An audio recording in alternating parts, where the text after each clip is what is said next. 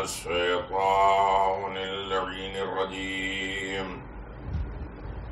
بسم الله الرحمن الرحيم. الحمد لله الذي يعلى في توحده ودنا في تفرده وجل في سلطانه وعظم في أركانه وأحاط بكل شيء علما وهو في مكانه وقهر جميع خلقه بقدرته وبرهانه.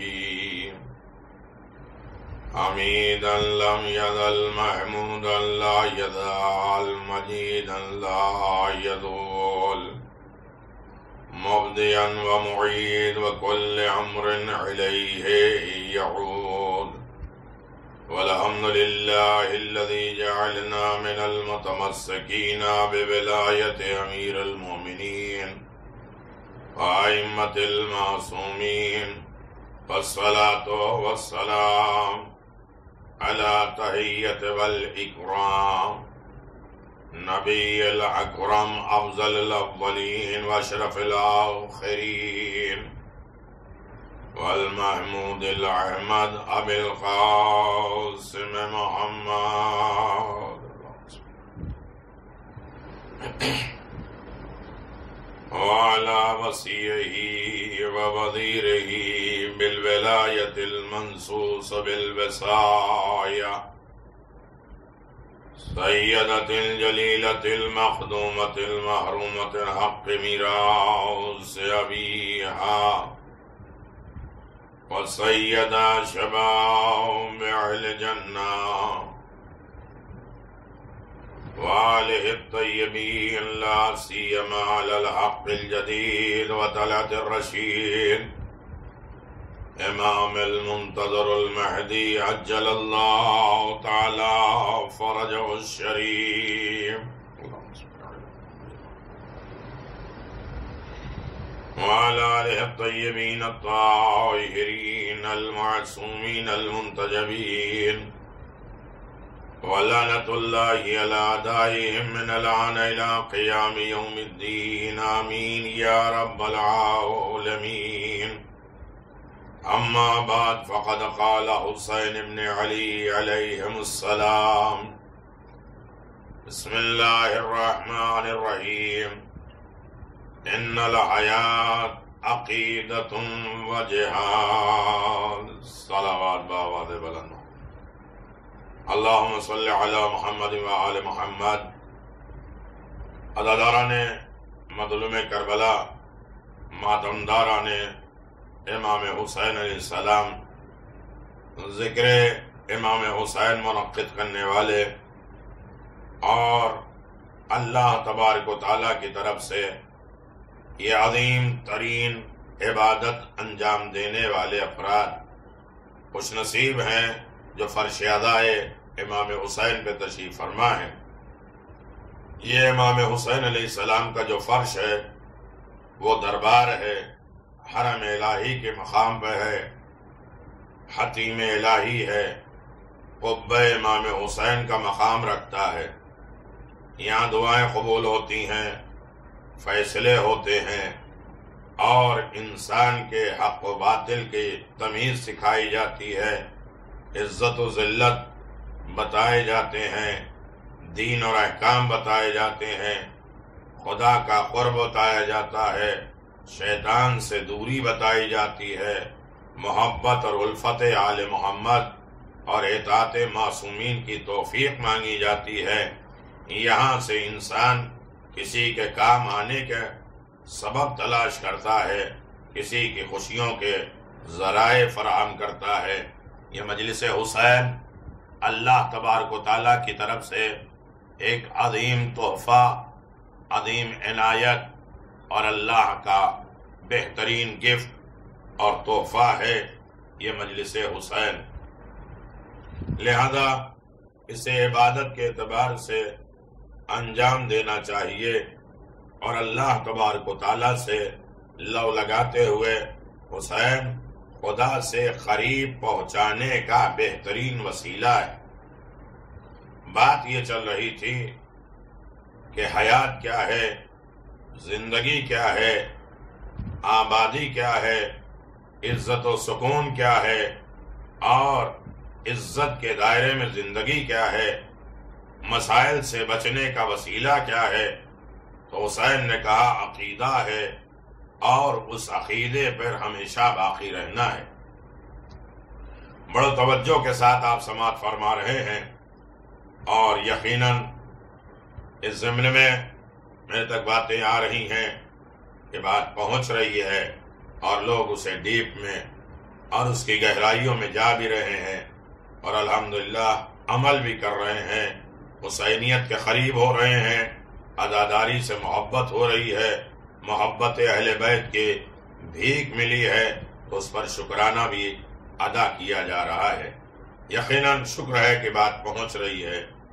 میرے عزیزو، یقیناً اگر حیات، زندگی، سکون، اطمینان یہ سب عقیدہ ہے، اور اس عقیدے پہ باقی رہنا ہے، تو جو شخص 3 چیزوں کے ساتھ عقیدہ رکھتا ہے، عقیدہ سرمایہ ہے، یہی ایک چیز ہے جو قبر میں ہمیں لے کے جانا ہے، باقی چیزیں تو لوگ پارسل، ایصال ثواب، دیگر چیزوں سے پہنچا سکتے ہیں، عقیدہ نہیں پہنچا سکتے۔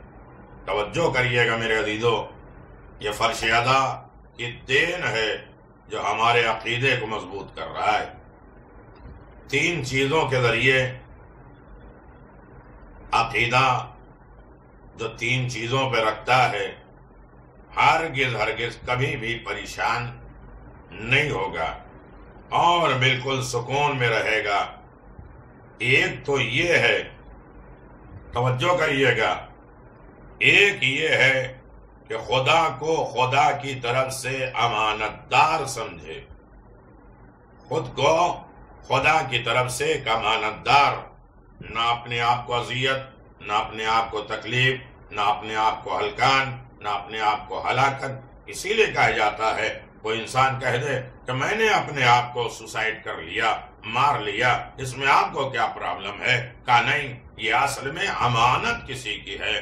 حج میں جائیے، خدا سے قریب ہو جائیے، تو بال بھی نہیں توڑ سکتے، خون بھی نہیں نکال سکتے، ناخون بھی نہیں کاٹ سکتے۔ یعنی اس کا مطلب یہ ہے کہ جتنا تم خدا سے قریب ہوتے جاؤ گے، خدا کو اپنا مالک مانو گے، خود کو اس کا امین مانو گے۔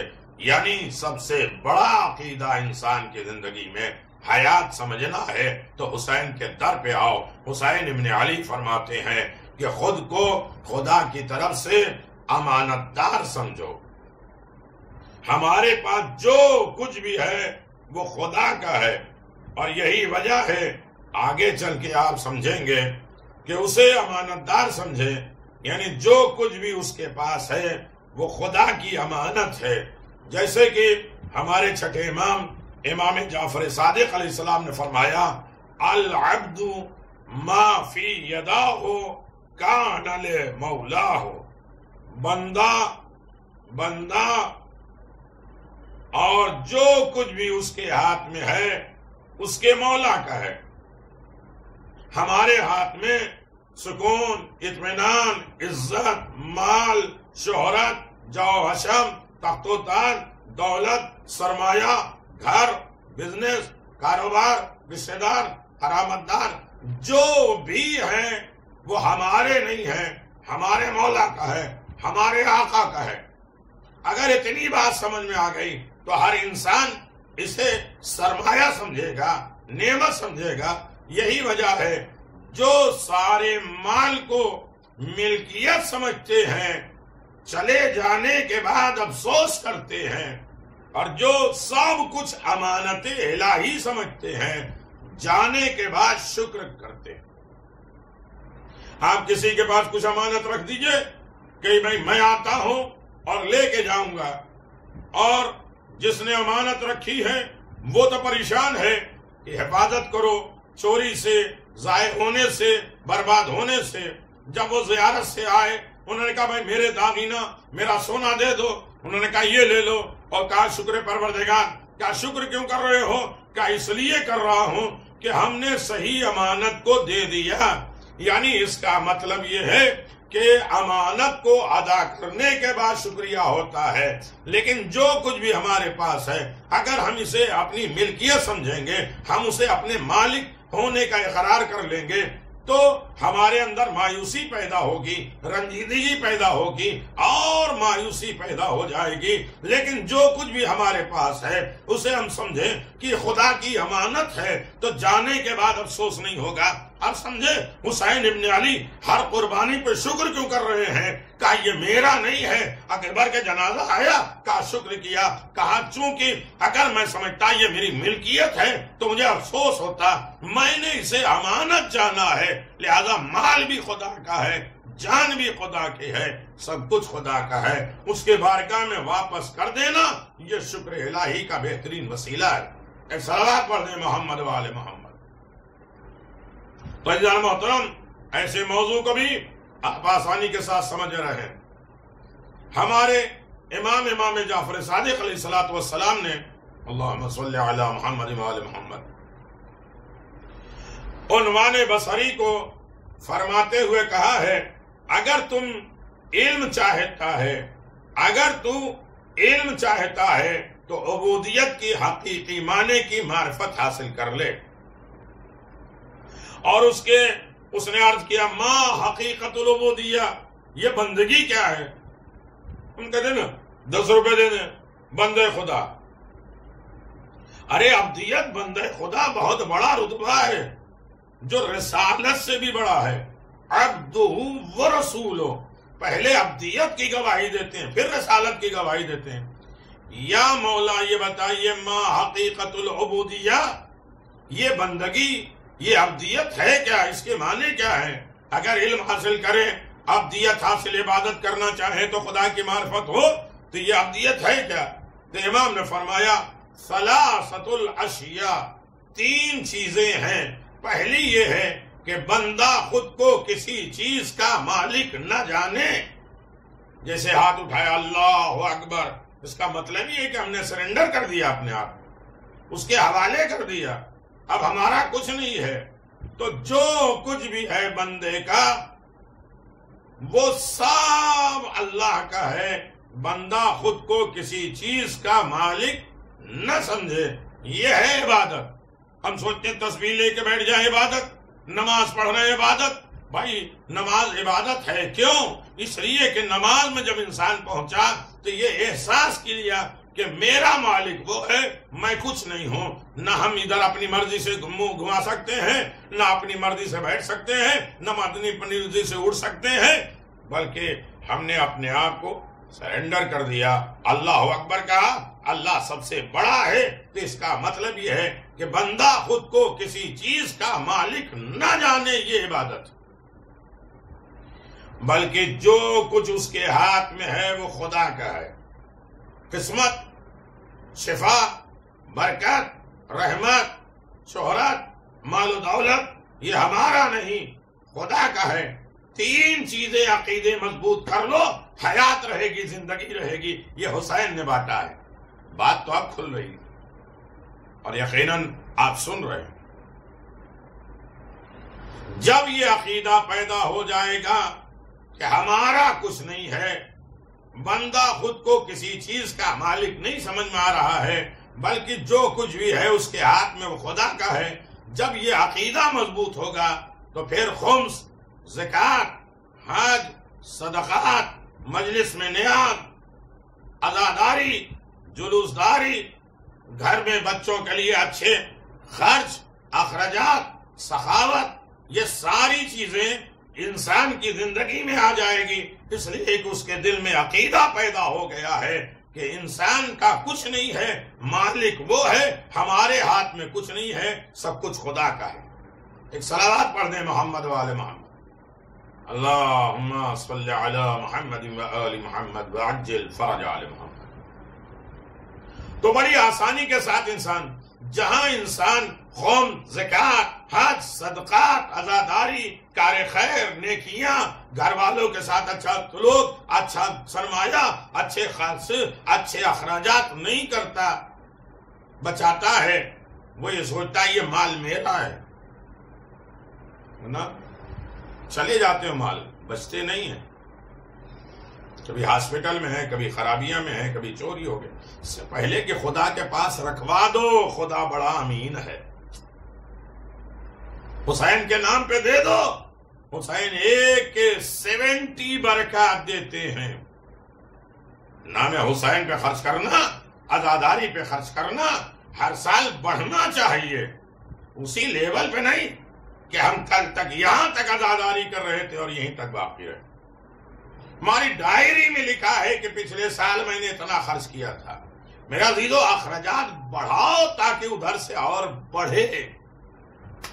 اللہ جانتا ہے کہ اس کو کیا ضرورت ہے، اتنا زیادہ دے گا۔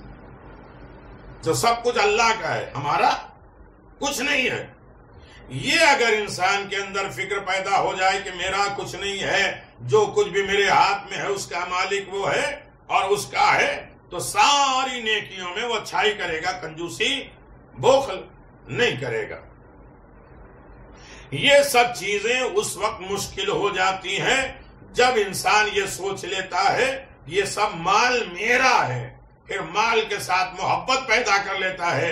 حالانکہ روایت میں ہے الناس فی الدنیا ضعیف وما فی عیدہم عاریۃ والضیف یرعب عاربۃ مودودہ۔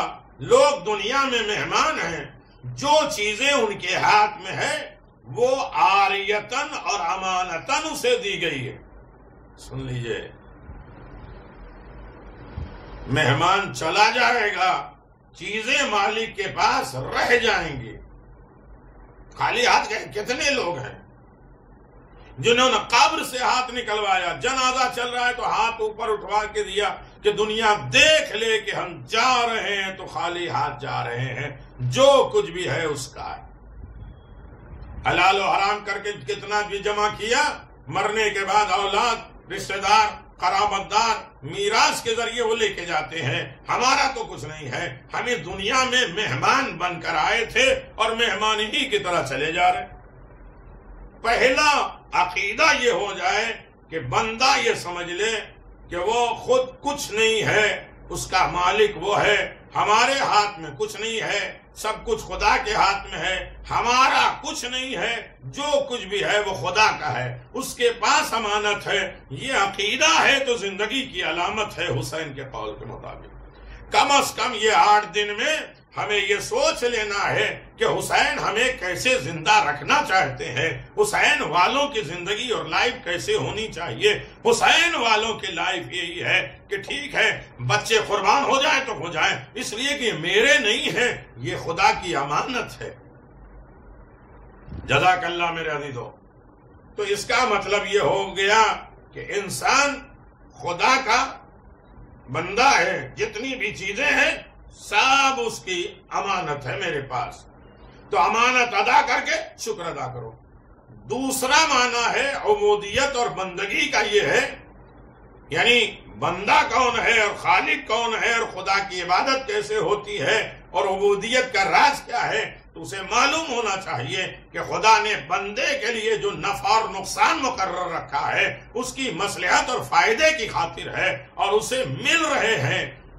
بس اپنے کاموں میں اپنی تدبیر سے کام نہ لے، بلکہ مدبر حقیقی یعنی خدا کے اوپر چھوڑ دے، جو خدا بہتر چاہے گا وہ کرے گا۔ ہم کتنی کوشش کر لیتے ہیں یہ کریں گے وہ کریں گے، ہوتا وہی ہے جو خدا چاہے، تو کیوں نہیں اسی کے سپرد کر دو۔ تو بندگی یہ ہے کہ عبودیت، نفع نقصان سب کا مالک خدا ہے، تو خدا کے بتائے ہوئے احکام کے مطابق عمل کرو، اسی کی ذات پہ توکل اور بھروسہ کر کے خوش رہو، اور مدعی رحم نہ رہے کہ خدا ضرور رحم کرنے والا ہے۔ کبھی ایسا ہوتا ہے کہ کچھ چیزیں ایسی ہوتی ہیں جن کی طرف انسان کی رغبت، رجحان، جھکاؤ ہوتا ہے، لیکن وہ اس کے لیے نقصان دہ ہوتی ہے۔ بہت سی چیز ہم چاہتے ہیں، آپ بچے کے لا کے آئس کریم نہیں دیتے، کیوں نہیں دے رہے؟ کیا اس کو کھانسی آ رہی، نزلہ آ رہی ہے؟ بچہ تو نہیں چاہتا، بچہ سوچ رہا ہے کہ میرا باپ میری بات نہیں مان رہا۔ صلوات بر محمد والے،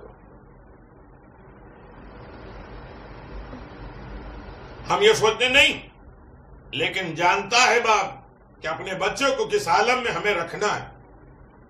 اللہ بھی یہی کہتا ہے قرآن مجید میں، عَسَىٰ أَن تَكْرَهُوا شَيْئًا وَهُوَ خَيْرٌ لَكُمْ وَعَسَىٰ أَن تُحِبُّوا شَيْئًا وَهُوَ شَرٌّ لَكُمْ وَاللَّهُ يَعْلَمُ أَنْتُمْ لَا تَعْلَمُونَ۔ کہ کبھی تمہیں ایک چیز بری لگتی ہے حالانکہ وہ تمہارے لیے اچھی ہوتی ہے، اور کبھی ایک چیز تمہیں اچھی لگتی ہے حالانکہ وہ تمہارے لیے بری ہوتی ہے۔ کبھی انسان دعا کرتا ہے کہ ہو سکتا ہے پوری نہ ہو، پریشان نہیں ہونا چاہیے، کیونکہ ہو سکتا ہے تیرے لیے نقصان دہ ہو۔ بہت سی مثالیں ایسی تاریخ میں کہ مثال انسان جان لے کہ اللہ تبارک و تعالیٰ نے ہمارے لیے فائدہ ہی فائدہ رکھا ہے، نقصان نہیں رکھا ہے۔ وہ الگ بات ہے کہ ہم بہت سی چیزوں کو پسند کرتے ہیں کہ وہ ہمارے لیے اچھی ہے، اللہ جانتا ہے کہ میرے بندے کے لیے وہ پسند نہیں ہے، اس کے کارخانے سے ہم بن کے آئے، مشینری اس کے پاس ہے، آپریٹ وہ کرنا چاہ رہا ہے، تو اپنے آپ کو اس کے حوالے کر دو۔ بہت سی چیزیں ہمیں بری لگتی ہیں، لیکن وہ جانتا ہے کہ ہمارے لیے خیر کیا ہے، اچھائی کیا ہے۔ لیکن کہتے کہ لیکن تجھے معلوم نہ ہو سکتا کہ وہ مدت کے بعد قبول ہو جائے۔ اس کے لیے دعائے افتتاح میں ایک جملہ ہے کہ پروردگار، یہ جو تو نے مجھ سے ایک چیز کو دور رکھا اور اس کے لیے اس کو دور رکھنا میرے لیے بہتر ہے، کیونکہ تو تمام کام کے انجام دہی سے آگاہ ہے، رزلٹ، بدلہ، نتیجے تیرے پاس ہے۔ عزیزو، خدا حدیث قدسی میں اعلان فرما رہا ہے، وَإِن مِّنْ عِبَادِهِ مَن لَا يُصْلِحُ إِلَّا الْفَقْرُ لَوْ غَنِيتُ لَا فَسَدَتُ ذَلِكَ۔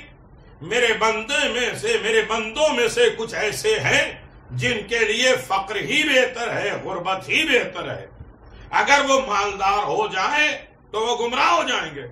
بہت سے لوگوں کو اللہ نہیں دیتا کہ وہ راہ ہدایت میں رہے، اور بہت سے لوگوں کو دے کے کرتا ہے کہ تم راہ ہدایت پہ آ جاؤ۔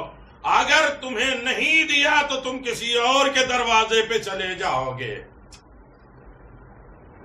اور ہم دے رہے ہیں، اس کا مطلب یہ ہے کہ تم باقی رہو۔ کبھی کسی کو نہیں دیتا تو اس کا ایمان بچانے کے لیے، کبھی کسی کو دے دیتا ہے تو راہ ہدایت پہ باقی رکھنے کے لیے۔ اس لیے کہ بہت سے لوگ انہیں نہ ملے تو فریاد کرتے ہیں، واویلا کرتے ہیں، کسی اور کے دروازے پہ چلے جاتے ہیں۔ بہت سے واقعات ہیں، اور بہت سے لوگ ایسے ہیں جنہیں نہیں دیتا، اگر دے دے تو وہ آپے سے باہر ہو جاتے ہیں، حقیقت چھوڑ دیتے ہیں۔ روزانہ سنتے ہیں، کیا کرے، کاروبار نہیں ہے، کوئی دعا بتائے، کوئی تسبیح بتائے، کوئی اعمال بتائیے، لگے ہیں نماز، دعا، تسبیح، مناجات۔ جیسے ہی کاروبار مل گیا، میں نے کہا بھئی کیا بات ہے، مسجد امام بارگاہ میں نہیں دکھ رہے؟ کہا ٹائم ہی نہیں ملتا مجلس میں آنے کا۔ جب نہیں تھا تو مسلسل، جب ہو گیا تو سب چھوڑ دیا۔ تو میرے عزیزو، یہ ہے عقیدہ، اور ان عقیدوں کے اوپر اگر انسان باقی رہ جائے تو ہمیشہ کامیاب رہے گا۔ اور اس زمین میں بہت سی باتیں ہیں جہاں انسان اس اعتبار سے سوچے اور یاد رکھے کہ اللہ تبارک و تعالی کسی کو غریب غربت میں پسند کرتا ہے، کسی کو دولت میں پسند کرتا ہے۔ نفوس کا غنی ہونا اگر وہ پیدا کرے، وگرنہ تمام دنیا میں اس کے لیے کافی ہے۔ وَتُعِزُّ مَن تَشَاءُ وَتُذِلُّ مَن تَشَاءُ بِيَدِكَ الْخَيْرُ۔ جسے چاہتا ہے، جب چاہتا ہے عزت دیتا ہے، جب چاہے جسے چاہے ذلیل کرتا ہے۔ سارا خیر تو اسی کے ہاتھ میں، بیدک الخیر، ہاتھ میں اس کے خیر ہے۔ تو سوچو رسول خدا صلی اللہ علیہ وسلم فرماتے ہیں اگر مومن کے بدن کے ٹکڑے ٹکڑے کر دیں تو یہ بھی اس کے فائدے کے لیے ہے، اس کے لیے بہتر ہے۔ اگر اسے مشرق مغرب کی شاہی دے دے تو بھی اس کے لیے بہتر ہے۔ پس خدا اپنے بندے کے ساتھ جو کرتا ہے اس کی بہتری ہی کے لیے کرتا ہے۔ شریعت میں چلنے والے کے سامنے جو آئے اس کی بھلائی اس میں ہے۔ اے دل صراط مستقیم میں کوئی گمراہی نہیں چاہیے۔ کچھ چیزیں ایسی ہوتی ہیں انسان چاہتا ہے کہ وہ اس کے پاس ہوں لیکن اس کے لیے نقصان دہ ہوتی ہے۔ اسی طرح کچھ چیزوں کو انسان جانتا ہے اور کچھ چیزوں کو نہیں جانتا۔ اپنے ضرر، نقصان، فائدہ کو انسان نہیں جانتا، وہ اس نے پیدا کیا ہے وہ جانتا ہے۔ حضرت موسیٰ علیہ السلام کے زمانے میں ایک مرد کا قصہ جس کے حیوانات کی زبان کو سیکھنا چاہتا ہے۔ میں جانور کی آواز سیکھ لوں، جانور کی آواز میں سمجھ سکوں۔ کہتے ایک جوان حضرت موسیٰ کے پاس آیا اور عرض کیا یا موسیٰ مجھے حیوانات کی زبان سکھا دو تاکہ میں ان کے ساتھ گفتگو کر کے عبرت حاصل کر سکوں۔ اللہ اکبر۔ حضرت موسیٰ علیہ السلام نے کہا اس خواہش کو ختم کر دے کیونکہ اس میں تیرے لیے خطرناک ہے، اور اگر عبرت حاصل کرنا چاہتے ہو تو پروردگار سے طلب کرو، نہ کہ کتاب اور گفتگو اور منہ کی باتیں۔ اللہ سے حکمت مانگو۔ تم سوچتے سارے جانور کی زبان ہم سمجھنے لگیں، ارے تمہیں نہیں چاہیے، اللہ نے نہیں دیا ہے تو اس پر صبر شکر کرو، کسی فائدے کے لیے دیا۔ حضرت موسیٰ نے اس مرد کو بڑا سمجھایا، حیوان کی زبان سیکھا تو تیرے فائدے میں کیا ہے، لیکن ہمارا مطلب ہے جو ہمارے مطلب کی چیزیں نہیں ہیں وہ سوال کرتے ہیں۔ ہمارے مطلب کی نہیں ہے، ہم سے کوئی کام نہیں ہے، ہم اسے بگاڑ اور سوار نہیں سکتے، اس سے کیا مطلب؟ حضرت موسیٰ علیہ السلام نے اس مرد کو بہت سمجھایا لیکن نہیں مانا۔ جب اس نے ضد کر لیا کہ مجھے جانوروں کی زبان سیکھنی ہے تو حضرت موسیٰ علیہ السلام اس کی ضد کی وجہ سے خدا سے دعا کرتے۔ خدا نے فرمایا اے موسیٰ اسے حیوانات کی زبان سکھا دو، نہیں سمجھ میں آ رہا ہے تو سیکھ لے، کیونکہ ہم اپنے کرم کی وجہ سے کسی کی دعا ہرگز رد نہیں کرتے۔ جو بھی دعا مانگتا ہے میں دیتا ہوں اس لیے کہ اس کے لیے فائدہ کیا ہے، نقصان دہ ہے، لیکن جب وہ ضد ہے دعا مانگنے کا تو میں نے کہا ہی ہے تم مجھ سے مانگو میں دوں گا۔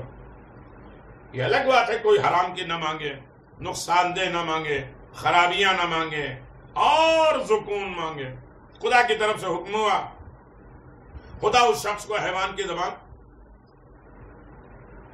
مل گئی، خدا نے عالم نے اسے دے دیا۔ ہم کسی کو اپنے گھر سے محروم نہیں کرتے، خدا نے دے دیا۔ حضرت موسیٰ نے فرمایا اے شخص، اے آدمی، تو نجس جانور کتے اور مرغ کی زبان کو سمجھے گا۔ عمر گھر گیا، اس کے نوکرانی نے جو اس کی خادمہ ہے، اس کے کام کی میٹ جو گھر والی ہے، کھانے کا دسترخوان لائی، جس سے روٹی کا ایک ٹکڑا زمین پہ گرا، کتا بھاگا تاکہ ٹکڑا اٹھا لے، لیکن مرغ نے آگے بڑھ کر پہلے اٹھا لیا۔ کتے نے مرغ سے کہا کہ تو نے میرے ساتھ یہ ظلم کیوں کیا؟ جو دانا چھوٹی چھوٹی چیزیں ہیں سب تو کھا جاتا ہے، اور لقمہ بھی میرے لیے تھا وہ بھی چھوڑتا نہیں کہ میں کھا سکوں۔ مرغ نے کہا کل مالک کا گھوڑا مر جائے گا۔ اب یہ زبان سن رہے ہیں اور سمجھ رہے ہیں۔ تو جب مرغ نے کہا کہ تمہارا حصہ میں نے روٹی کا ٹکڑا کھا لیا تو کل اس مالک کا گھوڑا بھی مر جائے گا اور بہت گوشت کھانے کو ملے گا۔ جب اس شخص نے یہ بات سنی تو فوراً جا کے گھوڑا بیچا۔ مرغ جھوٹا نکلا۔ دوسرے دن پھر کنیز دسترخوان لائی، جسے ایک لقمہ گرا، مرغ نے جلدی سے آ کے اٹھا لیا، کھا گیا۔ ان نجیس جانور نے کہا اے مرغ اتنے جھوٹ کیوں بولتے ہو؟ مالک کا گھوڑا تو مرا ہی نہیں، مجھے کھانا ملا ہی نہیں۔ مرغ نے کہا کہ مالک نے گھوڑا بیچ دیا ہے، کل اس کا خچر مر جائے گا، مالک نے وہ بھی بیچ دیا۔ کتے نے مرغ سے کہا کہ تو اتنا جھوٹ کیوں بولتا ہے، تجھے گیدڑ اٹھا لے کے جائے۔ مرغ نے کہا مالک خچر بھی بیچ آیا تو فکر نہ کر، کل اس کا غلام مر جائے گا، پھر کھا لینا۔ لوگ مالک سے تعزیت کرنے لگے، اور جب مالک اس کی تعزیت میں آئیں گے، آنے والے کے لیے کھانا پکائے گا، روٹی اور ہڈیاں بہت سی ملیں گی، تیرے بچی ہوئی شیئر کر لینا۔ مالک نے سنا تو غلام کو بھی جا کے بیچ دیا۔ اس وقت نے بڑا شر کیا، خوش منائی، اور 3 واقعات میں وہ کامیاب نہیں ہوا۔ جب سے میں نے مرغ اور کتے کی زبان سیکھی ہے، میری آنکھیں کسی برے واقعے کے دیکھنے سے بچی نہیں ہے، میں سارے واقعے دیکھ رہا ہوں۔ بڑا خوش تھا کہ مرغ اور کتے کی زبان سیکھنے کی وجہ سے 3 بڑے نقصانات سے محفوظ ہو گیا کہ ہم نے گھوڑا بھی بیچ دیا، خچر بھی بیچ دیا، غلام بھی بیچ دیا۔ ایک دن نجس جانور کتے نے مرغ سے کہا اس دنیا میں تجھ سے بڑا کوئی جھوٹا نہیں ہے، تیری ہر بات جھوٹی نکلی۔ مرغ نے کہا مالک نے غلام بھی بیچ دیا، لیکن کل خود مالک مر جائے گا۔ گھوڑا خچر غلام کی موت، اسے مغرور آدمی کو برائی لگی اور مال کے نقصان اور دکھ درد ایسا بھاگا کہ مال کو زیادہ کر لیا لیکن خود مر گیا۔ وہ شخص بہت بات سنتے ہی حضرت موسیٰ کی خدمت میں آیا، عرض کیا یا نبی اللہ، مرغ نے کہا کل میں مر جاؤں گا، اب میں کیا کروں؟ مجھے کوئی اس کا حل نہ بتائے تو بتا دے کہ کیسے کیا کرے۔ حضرت موسیٰ علیہ السلام نے فرمایا کہ مرنے کے سوا کوئی چارہ ہے ہی نہیں، زندگی صرف حسین کی طرف سے ہے، عقیدہ مضبوط ہو، اب مرے گا، صرف یہ کیا کیا جائے کہ تیرے لیے دعا کروں کہ ایمان کے حاصل ہو جائے۔ اے میرے جان، جب مال چلا جائے تو جان کو راحت اور آرام میں ملتا ہے، وگرنہ اگر مال جمع ہو جائے تو جان کے لیے وبال بن جاتا ہے۔ میرے عزیزو سنو تو سمجھ لے، تقدیر سے جو مال تیرے ہاتھ سے چلا جائے وہ تجھ سے بلا دور کر دیتا ہے۔ عبودیت اور بندگی کا تیسرا معنی ہی یہ بات میں نے تمام کر دی ہے، بندہ خدا کی رضا کے ساتھ راضی رہے، جو کچھ بھی ہے وہ خدا کی مالک تصور کر لے، خدا کے فائدہ اور نقصان پہ راضی رہے، اور بندہ خدا کے ساتھ رضا رہے، ہر وقت تسلیم، سرنڈر، رضا کی منزل پہ پہنچ جائے تو ہمیشہ زندہ رہے گا، آباد و شاد رہے گا۔ شرط یہ ہے کہ خدا نے جو آرڈر دیا ہے اس پر تسلیم کی منزل پہ پہنچ جائے، رضا کی منزل پہ پہنچ جائے۔ تو میرے عزیزو، ہر عالم میں اگر انسان جو کچھ بھی ہے اگر وہ سمجھنا چاہے کہ خدا کا ہے، جو کچھ بھی ہے نقصان اور فائدہ خدا کی طرف سے ہے، اور اس کے بعد ہم خدا کی رضا پہ راضی ہو جائیں، تو اگر اس منزل پہ پہنچنا ہے تو یاد رکھیے گا کائنات میں ایک شخصیت ہے جس نے سارے معاملات کو خدا کے حوالے کر دیا، خدا کی ہر بات پہ راضی رہے، خدا کے سامنے سرنڈر ہو گئے، تسلیم کی منزل پر چلے گئے، خدا کو راضی رکھنے کے لیے ہم عبادت کرتے رہے۔ کربلا میں وہ شخصیت کیا بتاتی ہے؟ کربلا ہمیں سکھاتی کیا ہے یہ سوچنا ہے۔ وہ ایک ہے جناب ابو الفضل عباس۔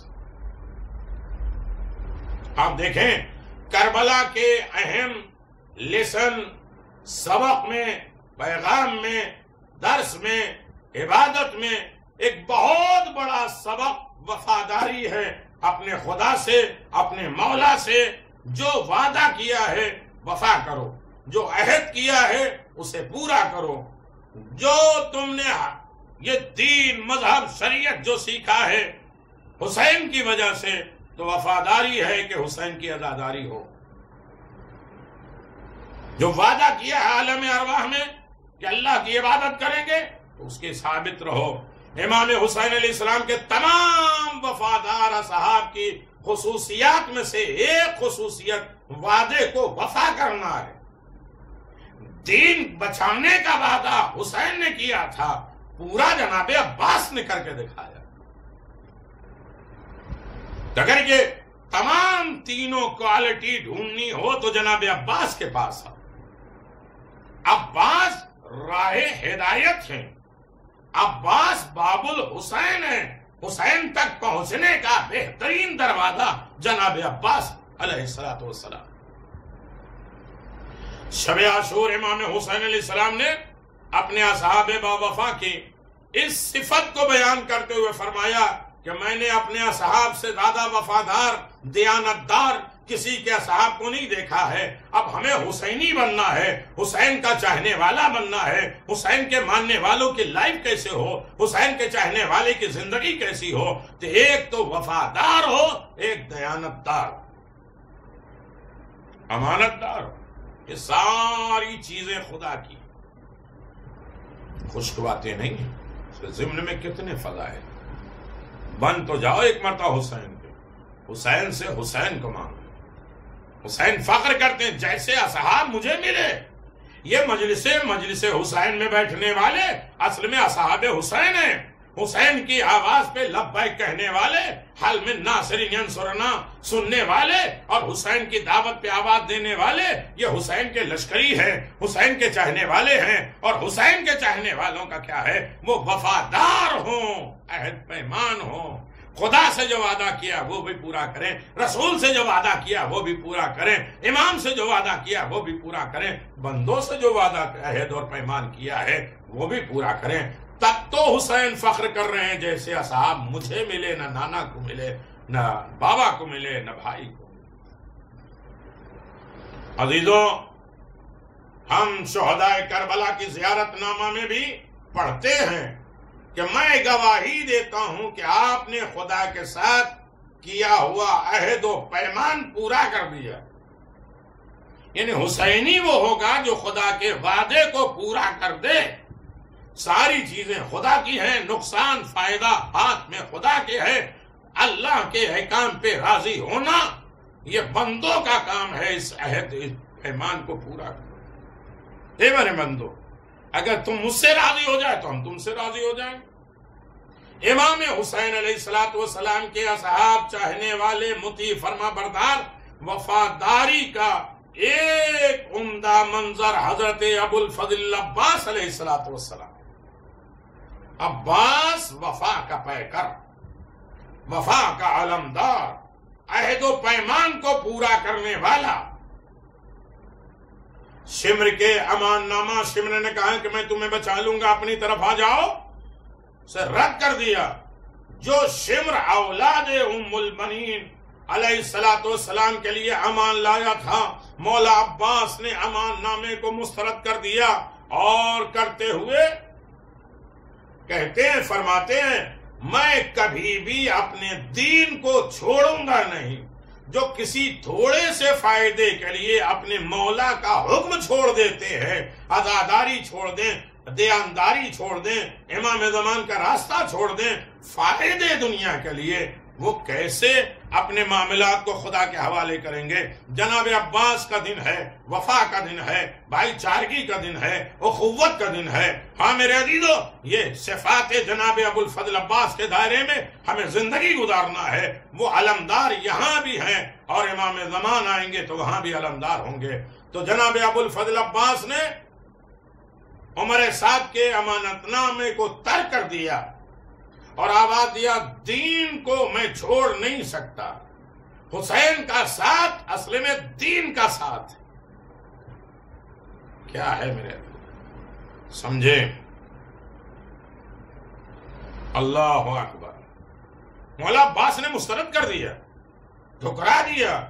جب تک زندہ ہوں امام اور اپنے قائد، اپنے رہبر، اپنے امام کے، اپنے پیشوا حسین کی حمایت کرتا رہوں گا، ان کے پیچھے چلتا رہوں گا. لہذا مولا عباس کی زیارت نامہ میں یہ ہے جملہ کہ اشہد لک بالتسلیم والتصدیق والوفاء والنصیحہ لخلف النبی صلی اللہ علیہ وآلہ مرسل، میں گواہی دیتا ہوں کہ آپ نبی اکرم کے جانشین کے مطیع، فرما بردار، تسلیم، تصدیق کرنے والے، وفادار، خیر خواہ تھے۔ آپ نے امام حسین علیہ السلام سے جو بیعت کی تھی، علی ابن ابی طالب کی دعا کے نتیجے میں عباس پیدا ہوئے، جو عہد اور پیمان بچپنے کا تھا، ہر عالم میں جناب عباس نے پورا کیا۔ سارے بھائی قربان ہوئے، ساری اولادیں قربان ہوئی، گھر بار لٹا دیا، اپنی طاقت کو ختم کر دیا حسین اور حسین کے بچوں کے لیے، اصل میں دین کے لیے جناب ابو الفضل عباس نے وفا اختیاری کی۔ ہمیں وفادار، عہد و پیمان والا، وہ عہد پیمان کو توڑنے والا ہمیں قرار نہ دیا جا سکے۔ میرے عزیزو، امام حسین علیہ السلام کے چاہنے والوں، جناب عباس نے ان کی دعوت قبول کی، امام حسین کی اور ان کے احکام کی اطاعت کی، جب تک زندہ رہے تسلیم امر امام اور ان کی تصدیق کرتے رہے۔ اس کا مطلب یہ ہے کہ تسلیم، جب تم اپنے امام کو مانو تو انہیں تسلیم کرو، تصدیق کرو، پھر ان کا ساتھ دو، معرفت ہو، محبت ہو، پھر خدمت ہو۔ یہی تو ہے جناب عباس۔ عباس کس شخصیت کا نام ہے؟ عزادارو سوچو، جناب ابو الفضل عباس کے چاہنے والوں، ایک مجتہد ہے جنہوں نے ایک واقعہ لکھا ہے، جناب ابو الفضل عباس امام کے اطاعت شعار کیسے وہ جانتے ہیں کہ دنیا میں اس وقت حکومت کس کی ہے؟ امام زمان عجل اللہ تعالی فرجہ الشریف کی۔ وہ ایک واقعہ نقل کرتے ہیں، کہتے ہیں ایک بھتیجا اپنے چچا کے ساتھ ندی کے کنارے شکار کے لیے گیا، مچھلی پکڑنے کے لیے۔ اتفاق سے بچہ پانی میں زیادہ اتر گیا اور وہ ڈوبنے لگا۔ چچا پریشان ہوا، پانی میں کودا، لیکن بچے کو بچا نہیں پایا۔ وہ گریہ کر رہا ہے، رو رہا ہے، میرا بچہ بچ جائے۔ وہاں تک کہ وہ بچہ جو شکار کے لیے گیا پانی میں پھنس گیا۔ ایک مرتبہ جب دیکھتا ہے کہ اب کوئی سہارا نہیں ہے تو کہتے ہیں یا ابو الفضل، تنہائی میں جب بھی بیٹھو جناب ابو الفضل عباس کے مصائب کو یاد کرو، اور جہاں جناب عباس کے مصائب ہوتے ہیں امام زمان عجل اللہ تعالی فرجہ الشریف آتے ہیں۔ عرفات کا میدان ہے، انتظام کرنے والے انتظام کر رہے ہیں۔ بزرگ شخصیت آئی کہ تم نے حاجیوں کے سارے انتظام کر لیے؟ کہا کر لیا۔ کہا چائے کا انتظام؟ کہا بھول گیا ہوں، میں بھی کرتا ہوں، لیکن وہ عظیم شخصیت نے چائے کا انتظام کیا۔ جب بات ہونے لگی کہ آپ بہت بزرگ ہیں، لیے بتائیے یہ عرفات کا میدان ہے، کل عرفے کا دن ہے، عرفات میں عبادتیں ہوں گی، یہ بتائیے میں نے سنا ہے عرفات میں جب تک امام زمان نہیں آتے حج نہیں شروع ہوتا ہے، الحج العرفات۔ کہاں امام ہی کی وجہ سے حج شروع ہوتا ہے۔ تو کہا کہ پتہ نہیں ہمارے خیمے میں امام آئیں گے یا نہیں۔ کہا تمہارے خیمے میں ضرور آئیں گے امام۔ کہا کیوں؟ کہا اس لیے کہ تمہارے خیمے میں جناب عباس کے مصائب ہوں گے۔ خوش نصیب وہ ہے گھر آج جو آج شب میں جناب عباس کے مصائب اپنے گھروں میں آن لائن ہو، فرش اعضا ہو، مجلس ہو، سن رہے ہیں۔ وہ جناب عباس کے مصائب سنتے ہیں، اصل میں امام زمان وہاں آتے ہیں۔ ہاں میرے عزیزو، وہ بچہ ڈوب رہا ہے، اس نے مصائب جناب عباس کو یاد کیا۔ اتنے میں کسی نے اس نے کہا یا ابو الفضل ادرکنی، اے ابو الفضل میری مدد کرو۔ اتنے میں کسی نے کان میں کہا، کہو یا صاحب الزمان ادرکنی۔ جناب عباس سے اس نے مانگا، جناب عباس نے کہا کہو یا مہدی ادرکنی۔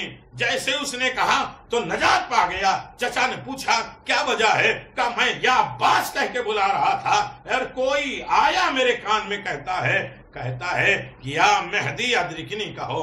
یہ جناب عباس نے دنیا کے سامنے یہ بات کہہ کے یہ بتا دیا کہ دنیا والوں پہچانو، دنیا والوں پہچانو، ہم بھی جو دیتے ہیں وہ اپنے امام کی اطاعت میں کرتے ہیں. اس وقت دور امامت اور حکومت امام زمان اجل اللہ تعالی فرجہ الشریف کی. اللہ اکبر. امام زمان کے مطیع فرما بردارو، امام کے چاہنے والوں، یقیناً حق عزاداری ادا کرو. اس کے ذمہ دار جناب عباس ہے. عباس وہ عظیم شخصیت کا نام ہے. میں نے ختم کر دیا. بہت سے واقعات ہیں الحمدللہ. 114 ویڈیو 114 ویڈیوز کرامات جناب عباس، فضائل جناب عباس، ہدیہ جناب عباس، عطائے جناب عباس، اختیار جناب عباس پہ میں ریکارڈ کر چکا ہوں. الحمدللہ 133 تک میں جانا ہے. دعا کریے. چھٹے امام نے فرمایا یعنی صادق انہ قال من بکا اور بکا فلاطین فلہ الجنہ. امام صادق فرماتے جو مومن مصائب اہل بیت کے لیے خود روئے یا 30 آدمی کو رلائے تو اللہ اس کو جنت واجب کر دیتا ہے. آپ اپنے گھر میں 4 آدمی کو لے کے بیٹھیے. پھر فرماتے من بکا اور اب کا عشرت فلہ الجنہ. پھر فرمایا جو روئے یا 10 آدمی کو رلائے اس پر بھی جنت واجب ہے. پھر فرمایا من بکا اب کا واحدن فلہ الجنہ. جو روئے اور 1 آدمی کو رلائے تو جنت اس کے لیے واجب ہے. عشرہ ہو گیا. عشرے کا جس نے اہتمام کیا ہے وہ خدمت حسین میں اس کے عمل کو قبول کر دیا گیا. خود بھی رو رہا ہے، 1 آدمی کو رلانے کا سبب ہمیں حسین میں ہو رہا ہے. پھر فرمایا من تباہ کا فلہ الجنہ. جو خود نہ دوسرے کو نہ رلا سکے، خود رو لے، اکیلا ہے، کوئی نہیں ہے. مولا عباس کے مصائب کرو، اس لیے کہ مولا عباس کا مصائب جہاں ہوتا ہے وہاں امام زمان آتے ہیں. کہتے ہیں رونا خود رو لے، رونے کی صورت بنا لے، دل میں غم پیدا کر لے تب بھی جنت ہے. فَإِنَّهُ لَمْ يَحْزُنْ عَلَى مَصَائِبِنَا فَلَيْسَ مِنِّي يَمِنَّا. جس کے سامنے ہمارے مصائب بیان کیے جائے، چہرہ نہ بدلے، آنکھوں میں آنسو نہ آئے، غم نہ ہو، وہ ہمارے شیعوں میں سے نہیں ہے. کم از کم چہرہ تو ظاہر ہو. عزادارو، حسین کے غم، حسین کے مصائب بہت بڑی دولت ہے. عاشور کا دن ہے، سب جانے جناب عباس کے چاہنے والوں سب اپنی جانیں مولا پہ قربان کر رہے ہیں. جناب عباس اپنے بھائی امام حسین کے پاس آئے، سچے عاشق تھے. آپ کا کس قدر ادب فرماتے تھے. حضرت کبھی حضرت کی جانب کچھ کر کے نہیں بیٹھے، سوائے آقا کے کبھی کچھ کہا نہیں، کیونکہ نہ ہوتا حضرت کی والدہ ماجدہ خاتون نے اور امیر المومنین کے دروازے پہ آئی تھیں تو آواز دیا تھا میں اس گھر کی کنیز بن کر آئی ہوں. میرے عزیزو، کہتے روز عاشور علم جناب حسین عبداللہ ابن جعفر ابن عقیل کے پاس تھا. زہیر ابن عبداللہ اور ان کے بھائی علم مجھ کو دو. عبداللہ نے کہا آیا میں اس منصب کے لیاقت نہیں رکھتا؟ زہیر نے کہا کیا مطلب؟ دوسرے نے عرض کیا عبداللہ نے علم ان کے حوالے کر دیا. زہیر لے کر حضرت عباس کے پاس آئے، کہا اے فرزند علی، چاہتا ہوں کہ آپ سے ایک حکایت بیان کروں. حضرت عباس نے فرمایا زہیر بیان کرو. کہا اے ابو الفضل عباس، جب جناب حیدر کرار آپ کے مادر گرامی ام البنین سے شادی کیا ہے، عقیل سے پوچھا تھا بہادر خاندان بتاؤ، بہادر خاندان ملا ہے تو ان سے شادی کیا. فقال یا اخی اريد منك ان تخبو امرhi من دون البيوت والحسب والنسب والشجاع. ایسا بہادر خاندان بتاؤ جس کا حسب، نسب اور شجاع ہو. دیکھو عباس، تمہیں کربلا میں حسین کے لیے علی نے مانگا تھا تاکہ ان کے بطن مطہر سے بچہ پیدا ہو جناب ام البنین سے، جو شجاع ہو، بہادر ہو، معرکہ کربلا میں حسین کے کام آئے۔ پھر ارشاد فرمایا عباس بہر کہ آپ کے والد بزرگوار نے آپ ہی کو روز کے لیے واسطہ تربیت کیا تھا کہ کربلا میں کام آئے۔ ہاں، حسین کے بہنوں کی حفاظت ہو، حسین کی نصرت ہو، دین کی نصرت ہو۔ جناب عباس نے جب یہ کلام سنا تو کہا یا زہیر تشجنعنی فی مثل هذا اليوم واللہ لا رعنک شیئا ما رعیت قطا۔ اے زہیر، تم مجھے شجاعت دلا رہے ہو ایسے روز مصیبت، آج تمہیں وہ دن دکھا دوں گا کہ حسین کا چاہنے والا کیسا ہوتا ہے۔ ہاں میرے عزیزو، جناب عباس حسین غریب کے پاس آئے ہیں۔ آقا مجھے اجازت دے دو۔ آواز دیا عباس تم تو میری فوج کے علمدار ہو۔ آواز دیا آقا وہ فوج کہاں جس کا میں علمدار ہوں؟ حسین نے آواز دیا عباس کچھ بھی صحیح، تم میرے ڈھارس ہو، تم مجھے چھوڑ کے نہ جاؤ۔ عباس کھڑے ہیں، سر جھکائے کھڑے ہیں۔ اندر سے ایک آواز آئی، پھوپھی اماں میں بڑی پیاسی ہوں۔ آپ سمجھ گئے ہوں گے یہ سکینہ کی آواز۔ جناب عباس ایک مرتبہ خیمے میں گئے، جناب سکینہ کو اٹھایا، اے سکینہ چل کے اپنے بابا سے کہہ دو میں بڑی پیاسی ہوں۔ عزادارو جناب سکینہ کو لے آئے جناب عباس۔ سنو گے عزادارو، حسین کھڑے ہو گئے، دو جملے کہے، میں مصائب سب چھوڑ کے جا رہا ہوں، دو جملے کہے۔ ایک جملہ کہا اے سکینہ آج چچا کو بھیج تو رہی ہو، جب رخسار پہ تماچے لگیں گے تو کس کو بلاؤ گی؟ اور دوسرا جملہ تو قیامت کا کہا۔ آواز دیا عباس میں سمجھ گیا سکینہ کو کیوں لے کے آئے ہو، سکینہ کو اپنی سفارش کے لیے لائے ہو۔ ہاں دادارو کون عباس؟ وہ میں نے سارے مسائل چھوڑ دیے، رخصتی کے، آمادگی کے۔ حسین نے آواز دیا پانی کی سبیل کرو۔ ارے عزادارو مشکیزہ لے کے چلے ہیں، کیسے عالم پہ قبضہ کیا ہے، مشکیزہ بھرا چلے۔ ظالموں نے مشکیزے پہ تھی، عباس کی ہاتھ پھوٹ گئی، عباس کے بازو قلم ہو گئے، لیکن آواز نے مشکیزہ تو پہنچ جا۔ ارے ظالم نے جیسے مشکیزہ چھدی، حسین کا یہ جانباز سپاہی پھر مقتل میں چلا گیا۔ عزادارو حسین نے جناب عباس کے بازو کو سنبھالا۔ ہاں عزادارو ایک ذاکر ہیں جناب عباس کے روضے پہ مسائل پڑھ رہے ہیں، انہوں نے کہا کہ عباس کے سر پہ گرز لگ گیا۔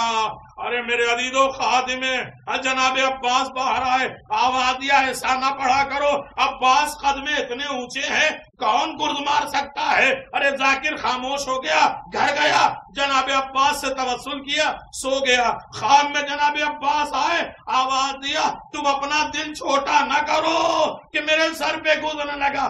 آواز دیا مولا کیسے لگا؟